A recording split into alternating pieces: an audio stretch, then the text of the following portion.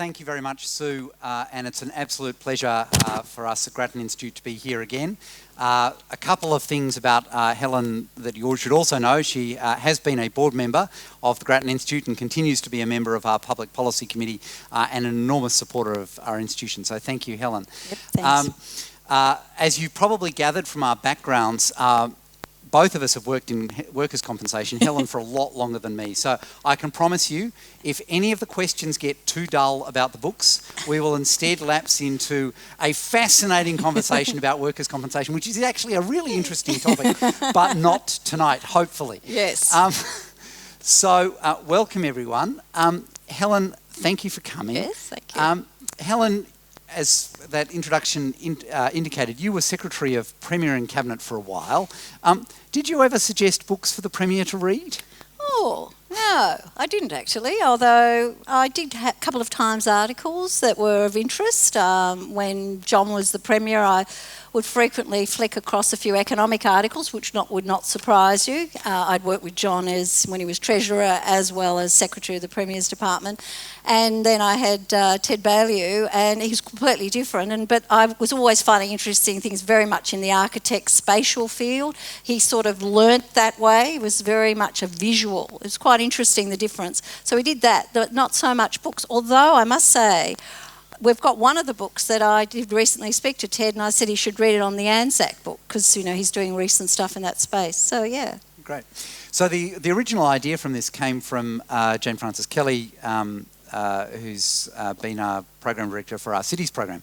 She worked in the number 10 Downing Street strategy unit, and they really did spend quite a lot of time every year, come December, arguing about which books they were going to put in the Prime Minister's red briefcase. I could imagine JFK doing that. Yeah, she enjoyed doing it, and so we thought it would be a good idea. And this is now the 6th list that Grattan Institute has put out.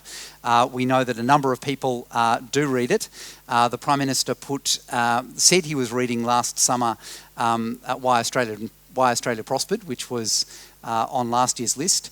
And as we all now know very famously, he has read Richard Flanagan's Narrow Road to the Deep North, although clearly didn't read it over summer, and maybe the world would have been a different place if he had. But anyway, so Helen, lots of books here. Yes. The first of them is Michael Ignatieff's Fire and Ashes. I think you said this is your favourite. Why? It was my favourite, I have to say. I mean, it really got me. I thought it was a fantastic book. It got me from the first paragraph. I mean, I just found it so well written, John. I enjoyed how it was written. It was a joy. But I have to say, it had a little bit of a personal thing in the first paragraph. It mentioned the Charles Hotel. And when he talks about in the Charles Hotel about meeting 3 men in black, they decided to call that. And they were the people that were going to get him into Canadian politics. And quite recently, I had the opportunity to stay in Boston in the Charles Hotel next to Harvard, the Kennedy School of Government. So, of course, that was just immediate. But then we went on, and he is a brilliant writer. I mean, a Harvard professor for 30 years, then becomes opposition leader in government. Fails absolutely drastically, I have to say. For a range of reasons, and those that observe politics as, I would say, some of it fairly obvious why, very naive. However, and he takes, as part of this journey, enormous risks at a personal level, yet then has an enormous still passion for politics, and he describes what it is and what you need to be a politician. And I thought it was absolutely terrific.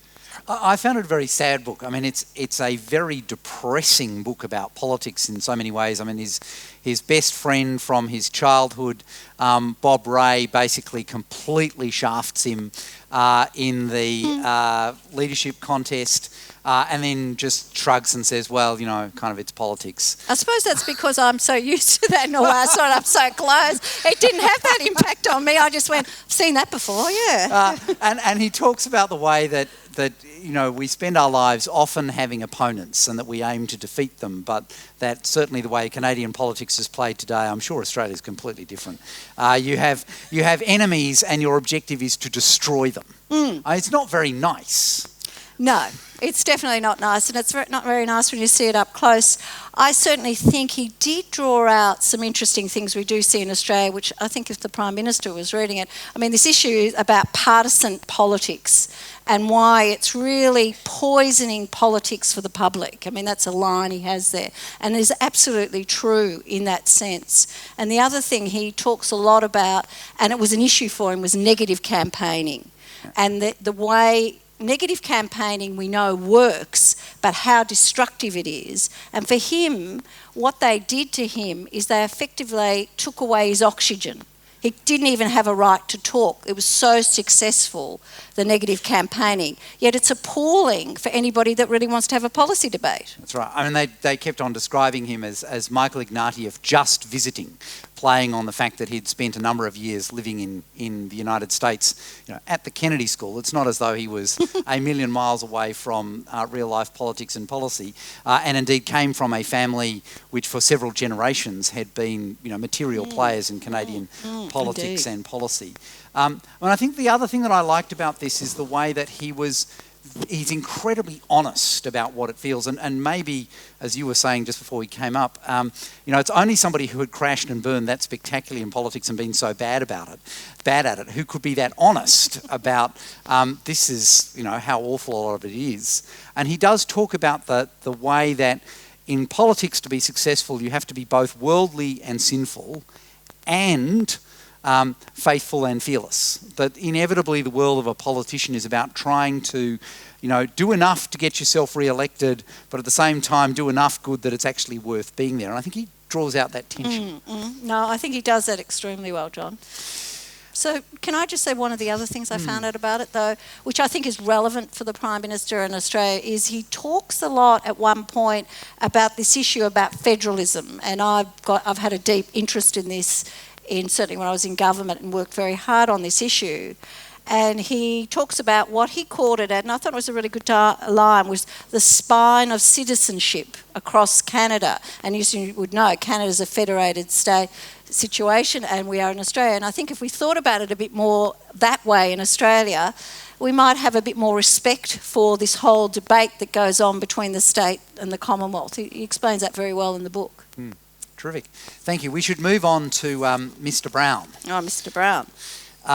So James Brown's Anzac's Long Shadow, The Cost of Our National Obsession, is about Anzac Day and the way that we perpetually go on about it. It's a big remembrance of war. But his point is actually, and what he spends most of the book talking about, is everything else that we should be talking about. Did that strike a chord?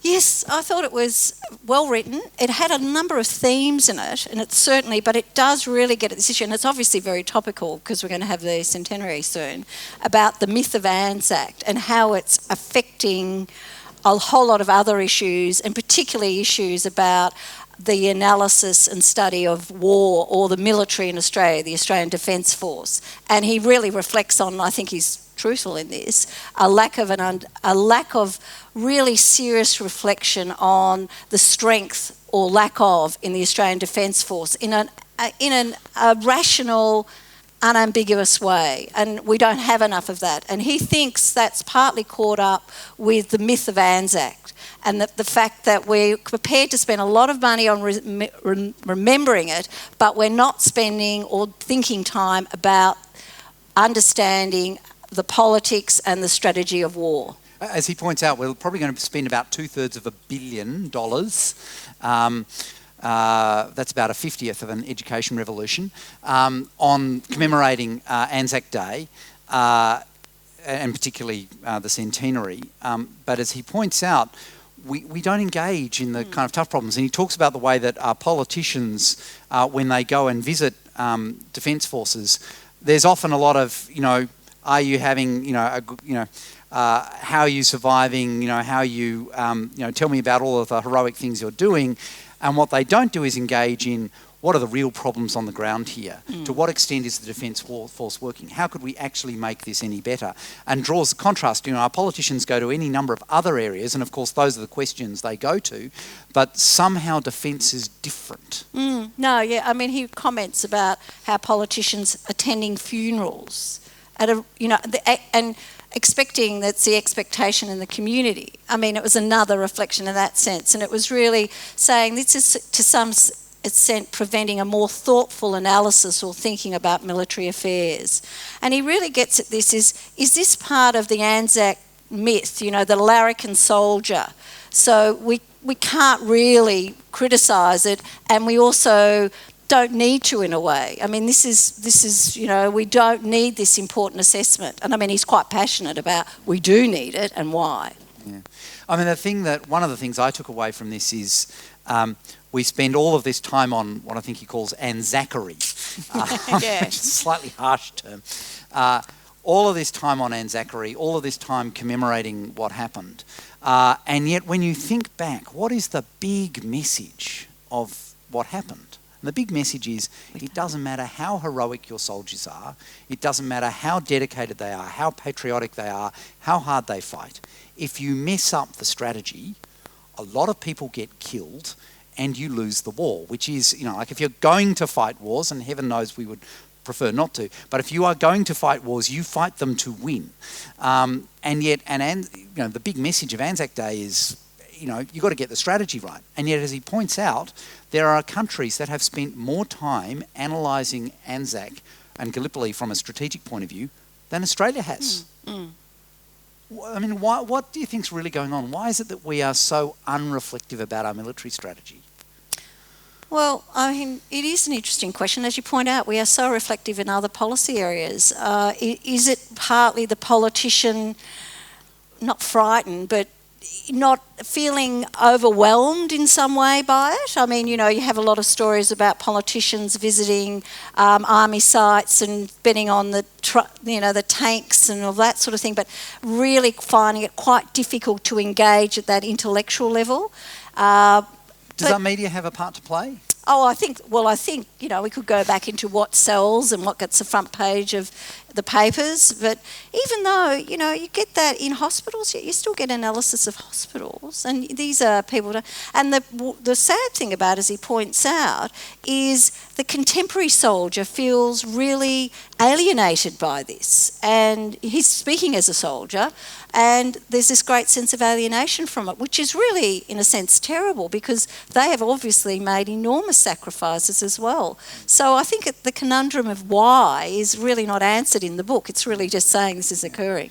Yeah, I mean, I think that issue of the media is a really substantial one, and I think it's not helped by government policy. So we now make it very difficult for journalists to report on active wars. And as he points out, we had far more reporting during World War I and World War II from people who were either at the front or pretty close than we ever allow now, and that we published official histories after those wars. We still don't have an official history of the Iraq War. And it doesn't look as though we're going to get an official history of the Afghanistani conflict anytime soon. And ironically, the only thing that we are going back to, and the only thing that is directly mediating what's going on at the front, is our war artists. And indeed, he opens with a description of the way that we've brought back the kind of whole tradition of a war artist. That's the one thing that is being mediated, as my wife, who's contemporary art curator, and points out, that's actually been a really interesting tradition to revive. But we need to have a little bit of the journalism and reflection as well. Yeah, I mean, the other one that he talks about in that sense is, I think the Sydney Theatre Company has also done an interesting play recently where you have the soldiers talking, and that's been quite confronting. I didn't see it, but I understand it was. And it's a similar sort of thing that the creative industries are, in a sense, taking a role here. However, I do think you want proper strategic, deep analysis. As well, yeah. So that brings us to Noel Pearson's essay, A Rightful Place, Race Recognition and a More Complete Commonwealth. It's his discussion of the reconciliation debate. Helen, this is a tricky issue. How did he take it forwards for you? Well, I think it was a grand exercise. I think it was an encompassing analysis, and so obviously in that sense, very worthwhile to read. I think he strongly argues the case for constitutional recognition of the Aboriginal people through a number of analysis. But what I think he's really pointing out is how it is fundamental that if we are going to achieve this, and it's the nature of our constitution, you have to have the majority of people in the majority of states, we have to get that outcome, you have to win over the Conservatives. So the debate has to win the Conservatives. And also, because of what has happened to the Aboriginal people, it is important that when it is voted on, that it is like the vote for Aboriginals, it was, I think, 80 to 90% supported, that we get a similar level of support. Because he's arguing a case, unless we do that, we haven't faced our past. And he does that through a number of lenses. He goes through, in a sense, history, and he looks at classics in terms of Dickens and others, where he talks about the past, where people that he has looked up to. And he talks about talking to his son and about place names and history. And what he really shows there is, of course, this past has, in a sense, this deep vein of racism in it. And even though you read the classics and he supports the classics, in fact, these people were racist. And he sort of has to confront that and go forward from that. I mean, I wasn't aware that the War of the Worlds was in some sense based on Tasmania and the annihilation of the Tasmanian Aboriginals. That's where some of the thinking from H.G. Wells comes from. So it's in H.G. Wells' biography. He talks about. I don't know. He had this conversation with a friend of his about, just as white people kind of descended on Tasmania and annihilated the Aborigines, what would it be like for the Martians to land on the world? That's H.G. Wells. I too was blissfully unaware that's where that iconic piece came from. No, I wasn't, and that's why you can see where Noel Pearson is coming from. That deep. His argument is quite strongly that Australia hasn't confronted that history truly. And that's why constitutional reform, as well as constitutional recognition, is important for empowering the Aboriginal community to get control of their lives. So one of the moves he makes in this is to talk about the way that, essentially to try and construct an argument as to why you would think that recognition was a good idea if you were a Conservative, if you were a Liberal, if you're a Social Democrat. And I thought actually that grouping was in itself very interesting as a way of thinking about Australian politics. Do you think that those are the right groupings, and was he really convincing for all three of them? Oh, I think he has a bit to go. I think I think you can see, actually it's interesting, taking from the book though, recently the Prime Minister talking about this, and then you had the opposition leader Bill Shorten coming up, and again they were, they could argue they were taking politics, they were, but you could see that debate in front of you. That Bill Shorten says it's not just about recognition, it's what's the question, whereas the Prime Minister was, it's very important that we put the question. And so you can see that debate that is going forward. But he makes, I absolutely agree with that you have to have the Conservatives. I think the issue is really going to be, how do we get across the issue? It's not about race, that it's about an acceptance that you can have more than one culture. And it's going to be that step that he thinks will bridge this across the divide of the different political. And of course, as you say, it's that multiple cultures thing. This is a move that Noel's made in previous work, is to argue that people can have multiple cultures. They can be part of an Aboriginal culture, they can be part of an Australian culture, they can be part of a, gay culture, they can be part of a Sydney culture. It's quite possible for people to have these multiple cultures, and one of the problems in our public debate is we have this, what he describes as plural monoculturalism, this kind of idea of everybody has to be put in a singular box, and they're not allowed to belong to more than one box. Do you see that happening in our public? Is he right that goes on? I think, my reflection was more in that way. I think, you could argue that, but the way I took it is that, again, he was really talking a bit more about what's taken on by the Australian Aboriginal community and what they're expected to be, when in fact they can't be that they do have a distinct culture, and some of them have more than one language, and therefore a couple of cultures, and yet they're still Australian, and they are the first Australians. And I think it's from there that I had that perspective of what he was trying to get across, is that we must accept this, And in accepting that, then you can deal with the issue of constitutional recognition, because his view is you've got to remove the issue of race, because if you talk about a race, as you go back to the classics, if you talk about race, they become lesser human beings, and we have to remove that and accept they have a different culture. Yeah. And the other thing I loved about this is that he is a very generous man. I mean, this is a difficult social issue. Heaven knows, a horrific history, and yet talks about the good faith of a huge number of people who've been involved in it. I mean, talks about the good faith of, ironically, people on the right who've been very worried about the social outcomes. Does have a fantastic piece talking about the missions, and of course that's all tied up in the whole stolen generation thing.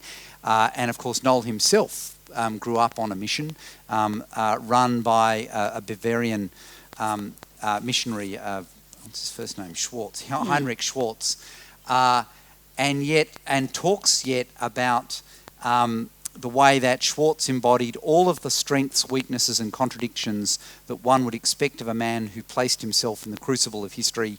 Would that we were judged by history in the way we might be tempted to judge Schwartz.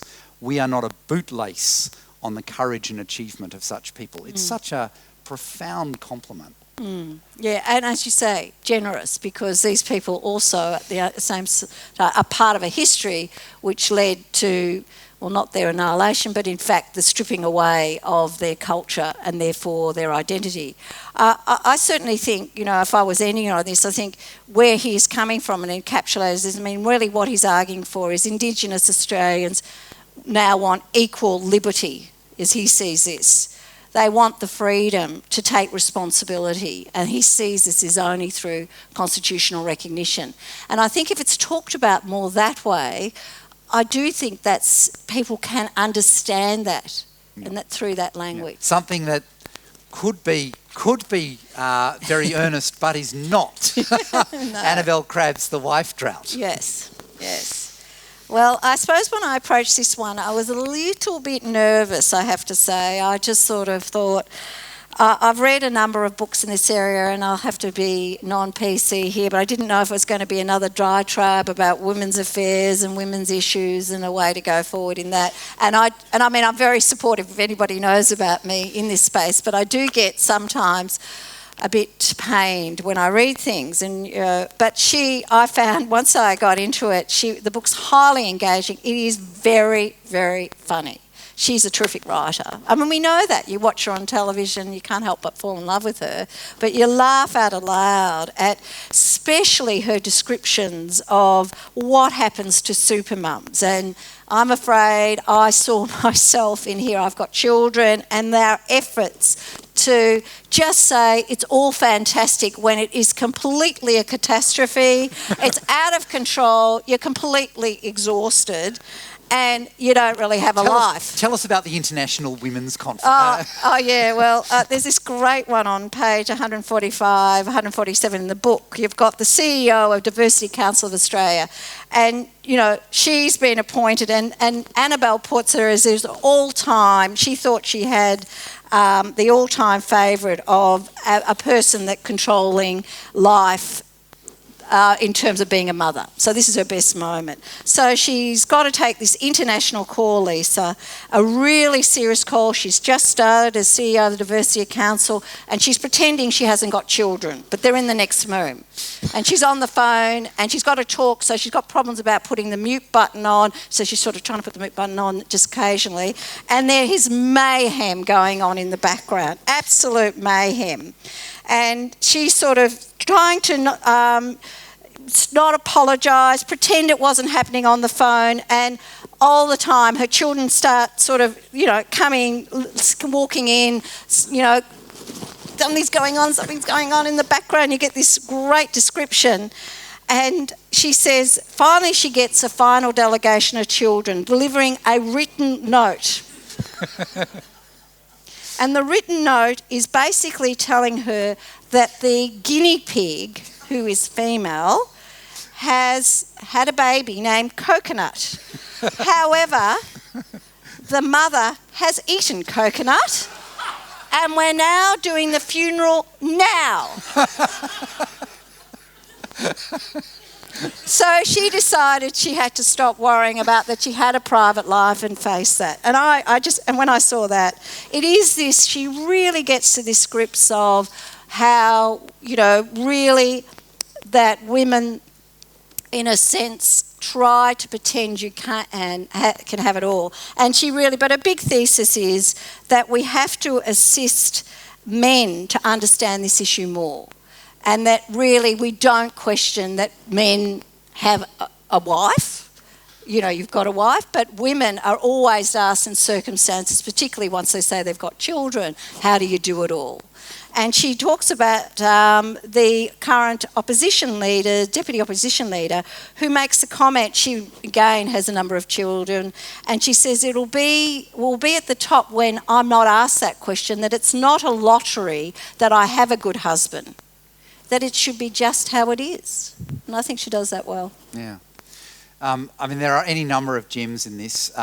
We discover a very interesting factor about Penny Wong, who apparently her notes in the law school in South Australia sold for higher prices than anyone else's because Penny had that unique combination of an extremely sharp mind and very neat handwriting.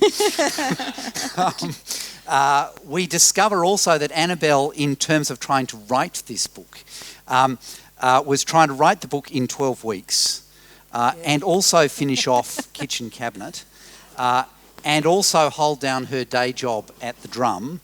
And the only thing that reduced her to tears in all of that was realising that they had Chiquita, the stuffed kangaroo from childcare, over the holidays, and that of course that meant that they were supposed to have taken Chiquita to interesting places, and they were supposed to have documented this with photographs, and that she was going to need to stay up all night taking photographs of Chiquita and writing it up so that her child was not the one child at childcare whose parents, or more to the point, whose mother, was too busy to give Chiquita a good time over the holidays. But it does, her point is that stuff is really important. It adds nothing to GDP, but it is very important. There's an expectation that it is women who will do it, and we don't put a monetary value on it, and yet, for women who are trying to have a career, they somehow have to try and do both. And as you say, her point is that men should be, frankly, pulling a bit more of their weight, or as she points out, actually should be enjoying this stuff a bit more because, deep down doing Chiquita's diary is actually quite fun. So, I'm not sure I've actually got any better since I've read the book, but at least I feel more guilty. Well, I think that... But, she does also go at the deep point that we all know in this area that these factors are actually behind people's mind when they're they treat female politicians differently from male politicians.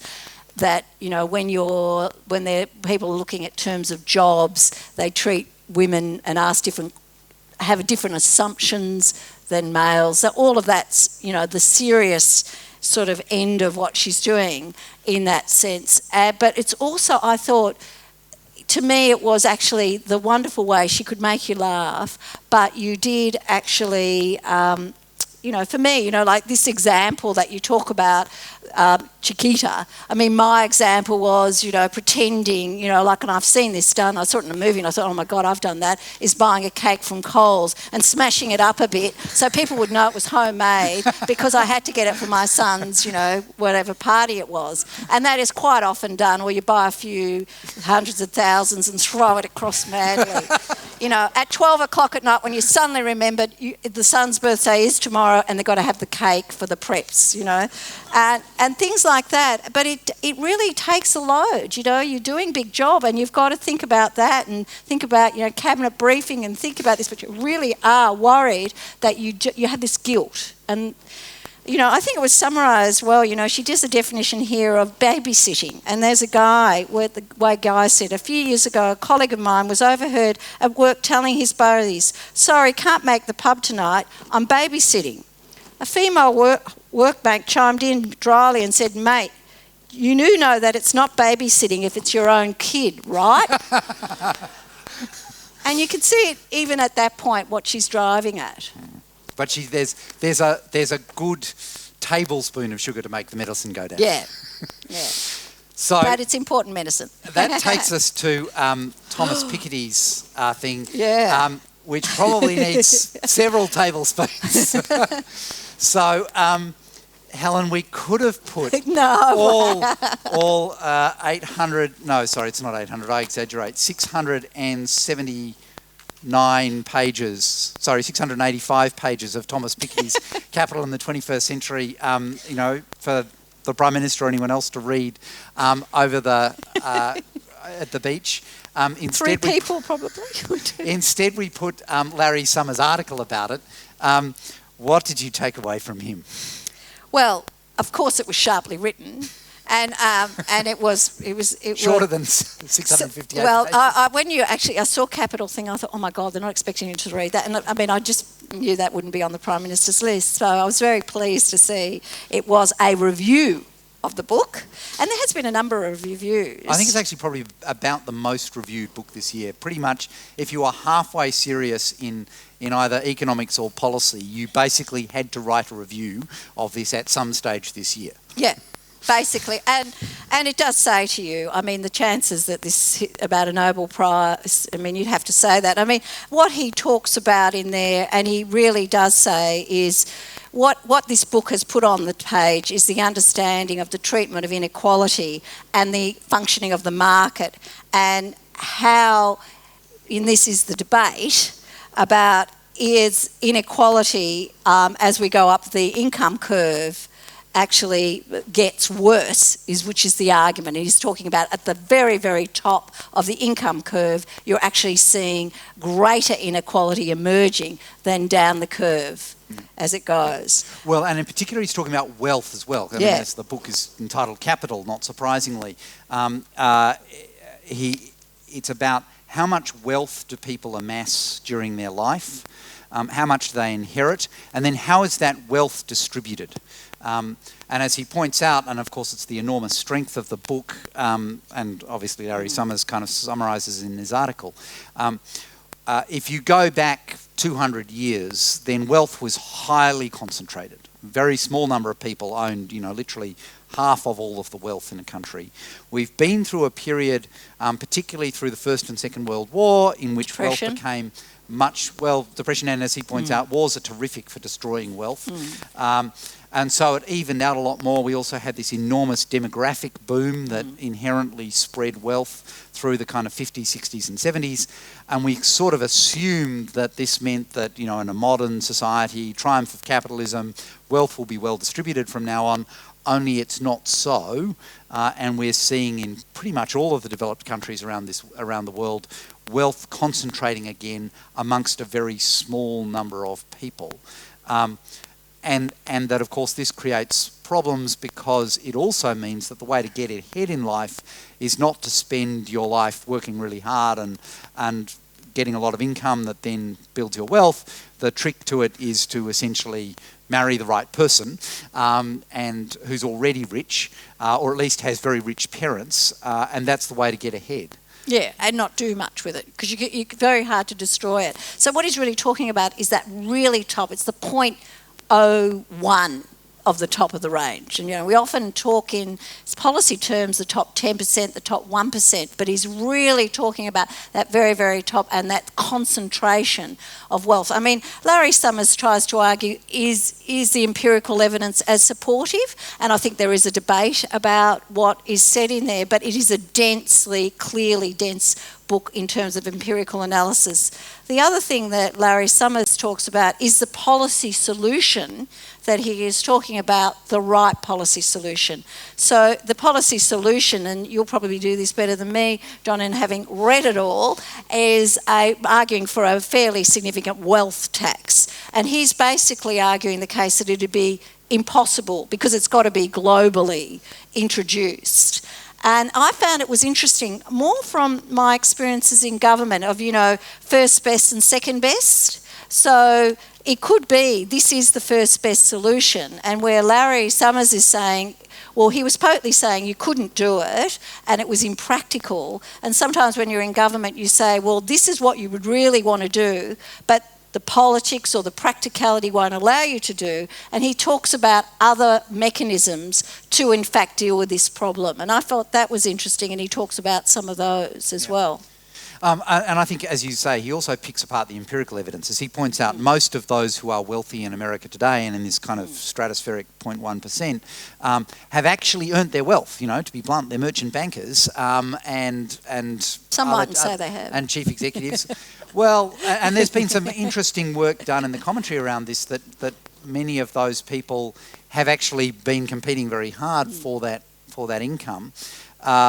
And so Larry's point is, well, this case that wealth is, essentially being inherited is not yet happening. Although, of course, I think the point is, well, not yet, but it's certainly a possibility. And you can certainly look at the top 10 people in Australia, and many of them come from families with very, very familiar names and who've inherited quite a lot of their wealth, or at least their assets.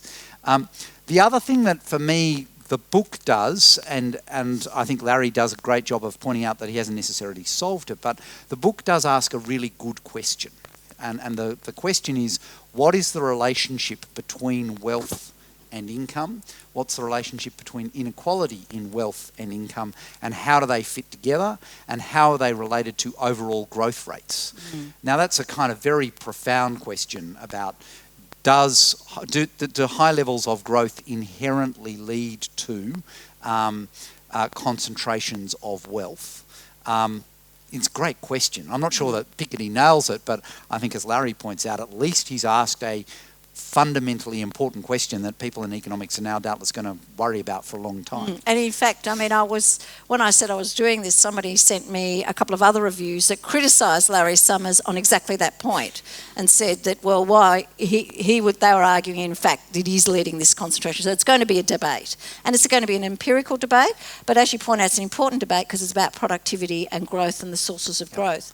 But again, I thought it was interesting that Larry also offered what I thought were some practical solutions to address the issue. So, he really talked about the need to use better income tax and estate tax management, and really to look at this issue about the mobility of capital and to really focus on, which can be done, although not successfully recently, but we need to look at this issue of tax havens, money laundering, and other banks, and how banks and bank secrecy, and get at these questions, because his argument is this would be at least something we can practically do. It's within our scope and is something that the community would expect to happen.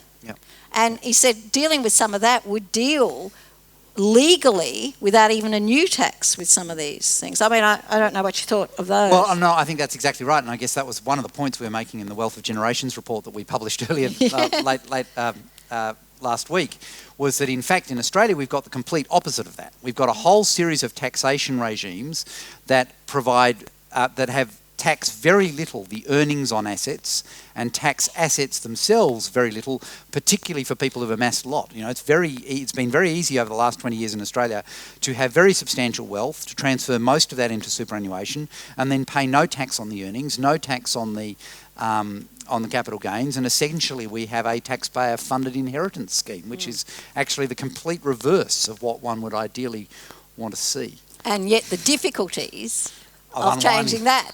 But Larry Summers is saying, frankly, that is something we should tackle, of course, and is easier than a concept of a wealth tax across, united globally. So it shows you the difficulty, I thought, in answering these questions. So it's well worthwhile to read the review. I don't know if you'll get to read that.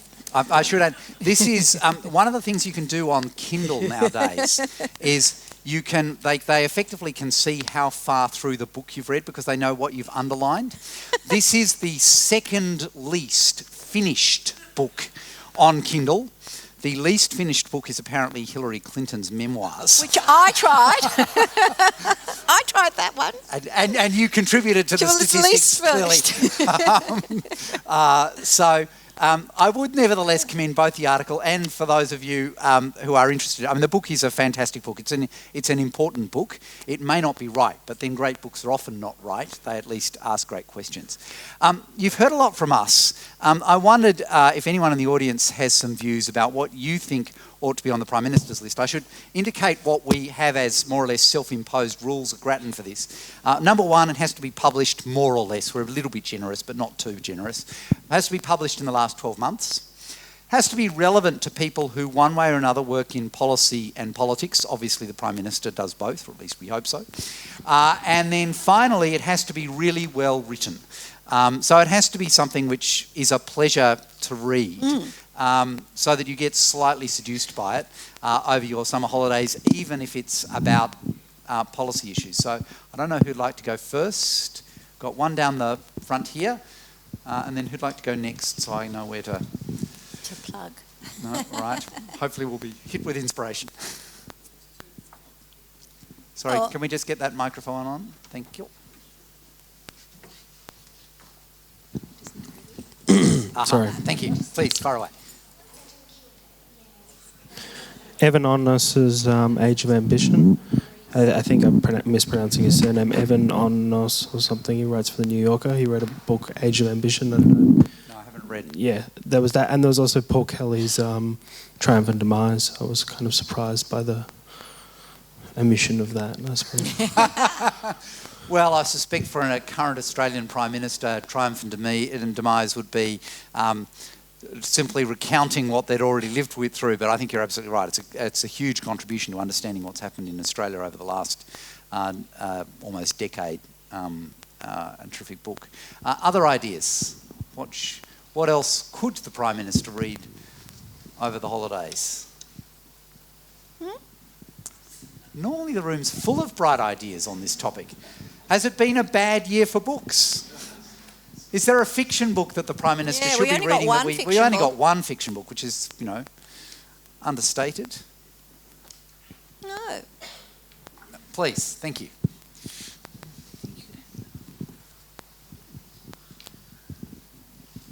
Hi, I do have a fiction book, but sadly it's not a current year fiction book. It's Little Penny by Chris Cleave, which is about a Nigerian refugee and her experiences in Nigeria and then in Britain as a refugee, and it's just a fabulous read and would break most people's hearts. Thank you. And sorry, the name of the book was? Little Penny. Little Penny. Fantastic, thank you. Any other thoughts? Yes, thank you. One up the back. And any other questions about the books? It's just coming to you. Sorry. Pass that in front. You've got to get the thing. Thank you. Elizabeth Green wrote a book about building a better teacher, which sort of pushes against the argument that teachers are born, not made, whereas she argues that they can be made and improved a fair bit. So taps into a lot of the initial teacher education debate, as well as the idea that teachers can consistently get better. Thank you. So Elizabeth Green's Building a Better Teacher. That would be, yeah. Sounds fantastic. Well Thank you. Any other thoughts or any questions about the books? Please, one here, thanks.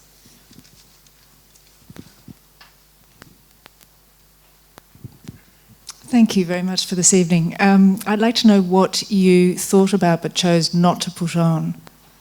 Right. Look, an interesting story. There's a thing called the Wonks list at the back. We thought about Philip Chubb's book, The Power Play, which is essentially a history of climate change in Australia. We thought it was a little bit rough for an Australian Prime Minister to be reading essentially about the exploits of a whole series of people who are still very much players in politics, and I think so we didn't put that on. We looked at any number of books of fiction. It's actually surprisingly difficult to find books of fiction which are well written this year and which also have something to say one way or another about politics or policy or Australian culture. I mean, obviously, the Golden Age partly about Australian history, partly about, that's to some extent forgotten, partly about the migrant experience in Australia, which of course is so important to who we are as a country. Of course, in the past we've had fantastic books about politics like Hilary Mantel's Wolf Hall. This year, as is often the way, we're kind of struggling to find books about politics that are convincing, which I find surprising, Helen. There are so few books about the inner life of politics, and yet it's a world so full of drama. Yeah, no, I think that's why I thought the Ignatieff book was really interesting. I mean, it was one of the first times I've actually read it from, and it was a Harvard professor. I mean, it's just wonderfully written. It probably should be sent to a number of our leaders, because I think they would really relate to it in really strong terms. So, yeah, no, I think you're right. I mean, I certainly hadn't read one of that nature. And it struck me, we've got a new Premier in Victoria. I mean, I think that's something that Daniel Andrews would actually find very enjoyable to read. I mean, the exception to that maybe is James Button's book, who of course works for Grattan Institute, hence we're not allowed to put it on the list, but wrote a book about a year in my father's business, which is a fantastic book about life. Although there is politics. a debate about that book, of course, isn't there? Of course. There's always a debate about good books. Yeah. So as I said, we also have a wonks list. These are things that chances are the average Prime Minister is not going to read, although maybe certain premiers might have.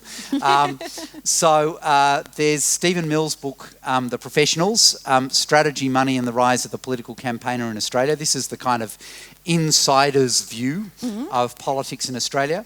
There's a book by Atif Mian and Amir Sufi, which is being described by many people as the definitive account of what happened to create the financial crisis, and then in the how it got resolved and what we ought to do to stop it happening again. Philip Chubb's book, Power Failure, I've already talked about, but it is a fantastic account, blow-by-blow account of the climate change debates in Australia, and obviously has not always been a particularly enlightening debate, and it's a fantastic description of what happened and why it happened, and implicitly what we might do differently next time. There's Jill Lepore's The Disruption Machine, What the Gospel of Innovation Gets Wrong.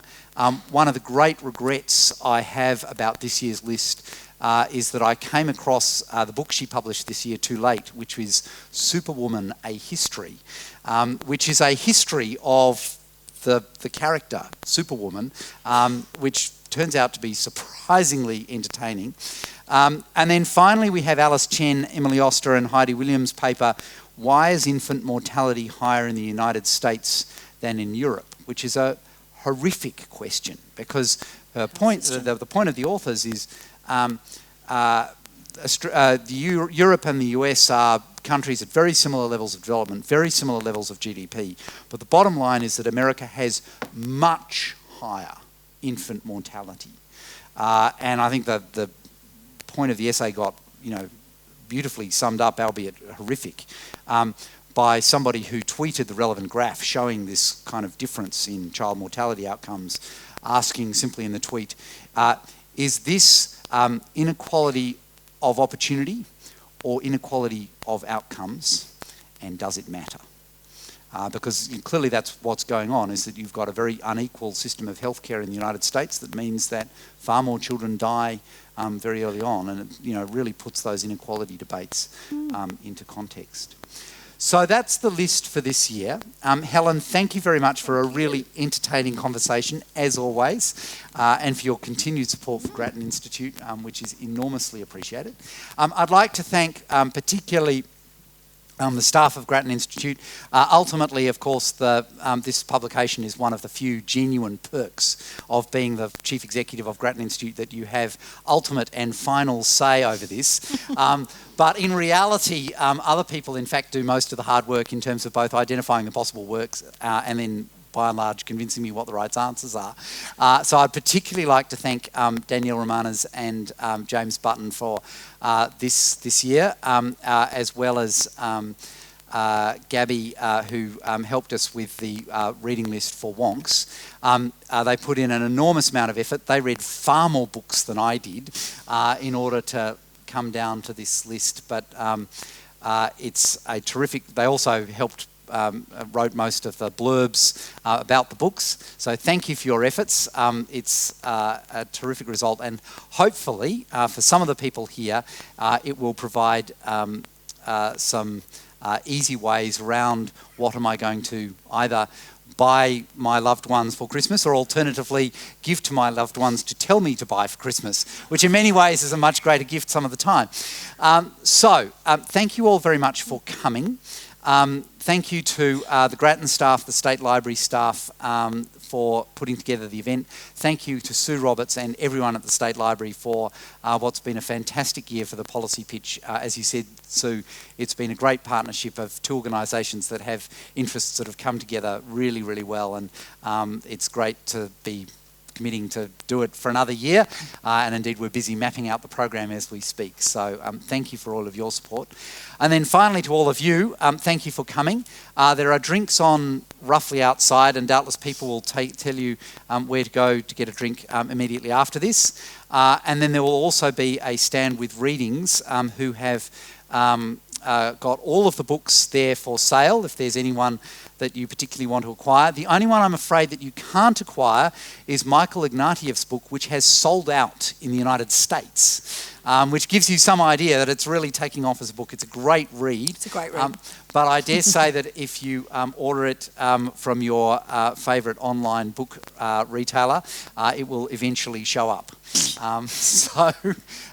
Thank you all very much for coming. Thank you to all the staff who've made today this year possible. Thank you to all the Grattan staff. It's been a tremendous and exciting and very successful year, and we look forward to seeing all of you at events next year to talk about the important policy issues that face Australia. Thank you. you. Good night. Night. Thank you.